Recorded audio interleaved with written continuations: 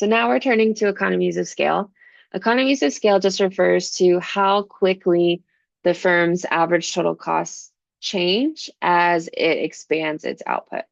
So if costs rise more slowly or at a slower rate than output does, that means that the firm is enjoying economies of scale. If costs and output increase at the same rate, that means that the firm has constant returns to scale, or excuse me, constant economies of scale. And then if costs rise more quickly than output, that means that the firm has diseconomies of scale. We're able to see these graphically when we look at the firm's long run average total cost curve. So that initial period of average total cost falling is what is giving a firm economies of scale. As that flattens out, as the average total cost curve flattens out, that's where we see constant economies of scale rise, excuse me. And then as the average total cost curve's slope increases and becomes positive, that's where the firm is now experiencing diseconomies of scale. If a firm is operating in that portion of its average total cost curve where it has diseconomies of scale, it's either going to leave the market real soon or it needs to pare back how much it's producing. Usually the firm will stop or limit its output to the point that gives it constant economies of scale. So we can see this graphically. So that point where the marginal cost curve intersects the average total cost curve, whether it's in the short run or the long run, shows us the minimum point of that average total cost curve. And that is the point at which the firm's economies of scale go from being such that costs are rising more slowly than output to where it gets that constant economies of scale. Right, so that's that exact turning point and that point at which the firm is likely going to want to limit its production. So what might cause what might cause a firm to suddenly experience diseconomies of scale, right? Usually firms are not deciding when they've hit an output level, they stay there if their costs rise faster than their output has. So what might happen is a bunch of firms join an industry and all of a sudden there's overcrowding, where there's a bunch of different people all competing for the use of the same resources to produce the same good. We might also see capital being overused. This is similarly sort of that overuse of a resource reasoning, where the available machinery and tools are just used to the point where they're depreciating much too quickly. Or lastly, we might see a case where the firm structure has become so complex that just operating day to day involves really high costs. You see this a lot in public bureaucracies because they don't face the same profit motive that private firms do. And so they have no incentive as the organization becomes more complex to keep that, to limit that complexity and pare it down when it grows too much. Amazon's a great example of economies of scale. When it first started, right, it was just a website on which you could order books from all over, from a bunch of different sellers, and it allowed consumers and producers to meet at a much lower cost. Before Amazon even started operating, though, they had to invest and build this online infrastructure. So they had to set up a website that would enable people from across the US, across the world, to identify each other and exchange in a way that was effective and trustworthy.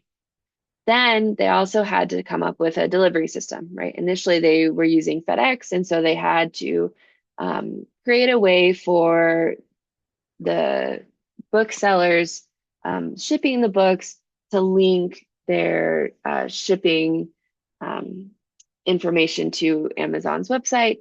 And at a certain point, Amazon invested in creating its own infrastructure for managing that delivery. Okay. So all of those infrastructure investments represent fixed costs, and they're very high fixed costs. And so what that means is the minute that Amazon opens its doors, starts selling books or whatever other goods, its average total cost is going to fall, and it's going to fall very, very rapidly. And so that's what we've seen in Amazon's case, where they've enjoyed these huge economies of scale that have allowed them to seemingly grow exponentially. Note that economies of scale is not the same as returns to scale. So returns to scale describes how production changes when all inputs are changed by a common factor, right? So does output double when capital and labor double? Right. Economies of scale doesn't require this common factor rule. So capital and labor can change. However, it's just about how costs change relative to the rate at which output changes. Economies of scope is related but distinct from economies of scale. So economies of scale has to do with how much of a single product is being produced, whereas economies of scope has to do with how many distinct products are produced. So you can think about, I like to think about donuts and donut holes, right? We might imagine that donut holes are a byproduct of producing a donut. And so it's going to be less costly for a firm to produce both, for a donut seller to produce both, than to make each separately, right? So just to give you the formal definition before we continue on with that example, economies of scope just means that the simultaneous production of multiple products is cheaper than if the firm were to make those products separately. So again, with our donut and donut hole example, where if the firm has economies of scope for these two products, it means that producing donuts and donut holes as part of the same production process is cheaper. So as another example, take oil, right? When firms refine oil, they get a byproduct that is valuable in itself. So refining oil produces natural gas and gasoline that is used in other ways by consumers from the refined oil. So for those refineries, it's much cheaper for them to produce those three goods at the same time as just part of the oil refining process and have a way to capture the gasoline and natural gas rather than just refining the oil, dumping the natural gas and gasoline that results, and then refining oil just to capture the natural gas and gasoline and then dumping the oil, right? That would be very costly. They'd be throwing away goods that they could sell. And so it's much cheaper for them to create all three products as part of the same process. So this example with oil refineries is a case where there are flexible inputs or the production process itself is flexible. Another place we might see economies of scope arise is when someone's expertise translates across different products or services. So an example we might think about is selling life insurance or selling car insurance.